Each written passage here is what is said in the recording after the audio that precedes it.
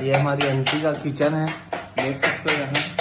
Aunty आज नहीं है तो चोरी छुपे हम लोग लस्सी बनाने जा रहे हैं। लस्सी चूस ले।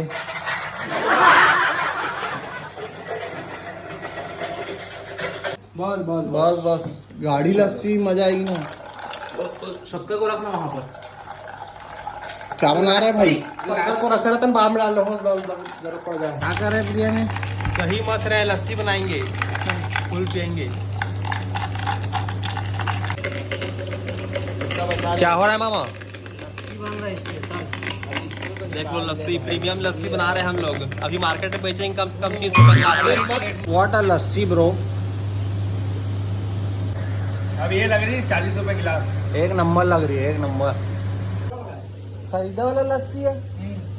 पागल लगा लोग है कि हम लोग बनाया जी। है जोरदार। ताबड़तोड़ है ना।